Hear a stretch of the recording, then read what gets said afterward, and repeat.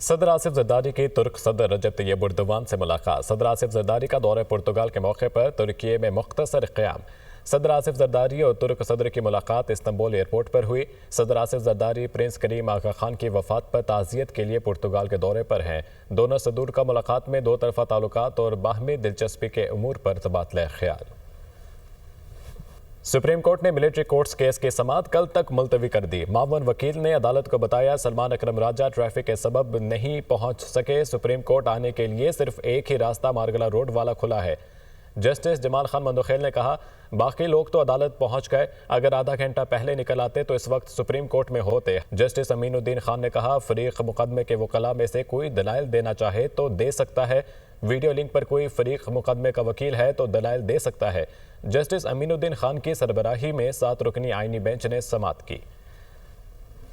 Supreme court ने military courts case की समाअत कल तक मुलतवी कर दी। मावन वकील ने अदालत को बताया सलमान अकरम राजा ट्रैफिक के सबब नहीं पहुंच पाए हैं। सुप्रीम कोर्ट आने के लिए सिर्फ एक ही रास्ता मारगला रोड वाला खुला है, जिस पर जस्टिस जमाल खान मंदोखेल ने कहा कि बाकी लोग तो अदालत पहुंच गए हैं, अगर वो आधा घंटा पहले निकल आते तो इस वक्त सुप्रीम कोर्ट में होते। हसीब मलिक से समाअत का मजीद अहवाल लेंगे। हसीब, आगाह कीजिएगा।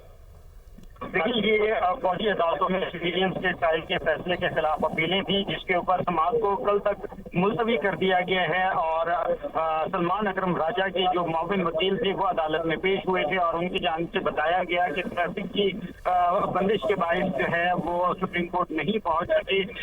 जिसके ऊपर जस्टिस जमाल खान मंदोखेल की जानिब से रिमार्क्स दिए गए कि ख्वाजा हारिस साहब पहुंच चुके हैं, बाकी लोग भी पहुंच गए हैं, अगर आप आधा घंटा पहले जो है निकलते तो सुप्रीम कोर्ट पहुंच जाते। लगता है वकला चाहते हैं कि लोग कैद में सड़ते रहे। जस्टिस जमाल खान मंदोखेल की जानिब से ये भी कहा गया कि ठीक है, वकला नहीं चाहते तो क्या किया जा सकता है, जिसके ऊपर अदालत ने केस की समाअत को कल तक मुलतवी कर दिया है। जी ठीक है हसीब, और चीफ जस्टिस पाकिस्तान याहिया अफरीदी की ज़ेर सदारत जुडिशल कमीशन का इजलास आज होगा, इस इजलास के हवाले से अपडेट कीजिएगा। अहम इजलास है चीफ जस्टिस याहिया अफरीदी की ज़ेर सदारत सुप्रीम कोर्ट के अंदर 8 जजेस की तैनाती से मुतालिक जुडिशल कमीशन का इजलास आज कल कर रखा है। दिन 2 बजे कोर्ट जो है कॉन्फ्रेंस रूम के अंदर ये इजलास होगा, जिसके अंदर 5 हाई कोर्ट से 5 सीनियर मोस्ट जो जजेस हैं उनके नाम जो है वो फराम किए गए हैं, जिसके ऊपर जो है वो मामला नामों के ऊपर गौर किया जाएगा और उसके बाद बाकायदा तौर पे कोई प्रेस रिलीज जारी करके उससे आगाह किया जाएगा। दूसरी जानिब आज वकला की जानिब से भी हड़ताल का ऐलान किया गया था और उनसे कहा गया था कि जो सुप्रीम कोर्ट के अंदर जुडिशियल कमीशन है उससे जो है वो मुलतवी किया जाए और किसी को जो मौके कि 26वीं आईनी तरमीम और सीनियरिटी इस्लामाबाद हाई कोर्ट के अंदर वो तब्दील की गई है, उसका मामला हल होने तक जुडिशियल कमीशन सुप्रीम कोर्ट की के लिए 8 जजेस की तैनातियों का मामला जो है उसे मुलतवी करे। तो ये आज अहम इजलास होने जा रहा है। 8 जजेस के लिए सुप्रीम कोर्ट के अंदर तैनातियों के लिए ये इजलास तलब किया गया था, जो कि चीफ जस्टिस याहिया अफरीदी की ज़ेर सदारत दिन 2 बजे होगा। जी ठीक है हसीब, हमारे साथ रहिएगा। आदिल तनोली भी हमारे साथ मौजूद हैं। आदिल, सिक्योरिटी की भी सख्त इंतजाम किए गए सुप्रीम कोर्ट के बाहर, अपडेट कीजिएगा। हाँ जी, देखें वकला की जानब से आज एहतजाज की कॉल दी गई है और इसी सिलसिले में इस्लामाबाद पुलिस और इंतजामिया की जानब से रेड जोन के तमाम दाखिली रास्ते जो हैं वो बंद कर दिए गए हैं। कंटेनर्स और खारदार तारें लगाकर उसके साथ इस्लामाबाद पुलिस की नफरी जो है वो तार दी गई है। रेड जोन के लिए सिर्फ एक रास्ता जो है वो मारगला रोड का खोला गया है, उसके ऊपर भी ट्रैफिक की लंबी कतारें जो हैं वो लग चुकी हैं। सुबह से दफ्तर आने वाले जो शहरी हैं, जो मुलाजमीन हैं, वो भी रास्ता तलाश करने में उनको भी खासी मुश्किलात का सामना है। इसके अलावा नादरा चौक, सरीना चौक, एक्सप्रेस चौक मुकम्मल तौर पर जो है वो ट्रैफिक के लिए बंद किए गए हैं और इसके ऊपर जो है वो सड़क के ऊपर कंटेनर्स रख दिए गए हैं ताकि किसी की भी किस्म की कोई भी गाड़ी जो है वो रेड जोन के अंदर दाखिल ना हो सके। सिर्फ जो मुलाजमीन हैं उनको एंट्री दी जा रही है, वो भी सिर्फ मारगला रोड से, और मारगला रोड के ऊपर भी जो है वो गाड़ियों की लंबी कतारें लग चुकी हैं क्योंकि सिर्फ एक तरफ से सड़क जो है वो खोली गई है। इसी तरह अम्बेसी रोड की अगर बात की जाए तो अम्बेसी रोड के ऊपर भी ट्रैफिक की लंबी कतारें जो हैं वो लग चुकी हैं।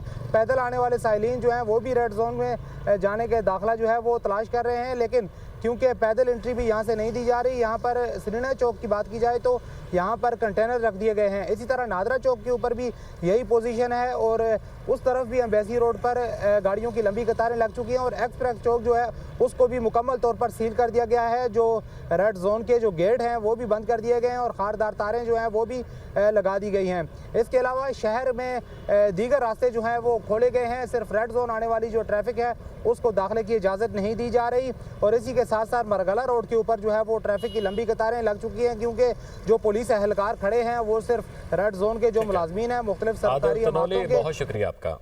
2 साल के दौरान गैस की कीमतों में 200% से ज्यादा इजाफा। घरेलू सार्फिन के नर्ख 1460 से 4200 रुपये पर पहुंच गए।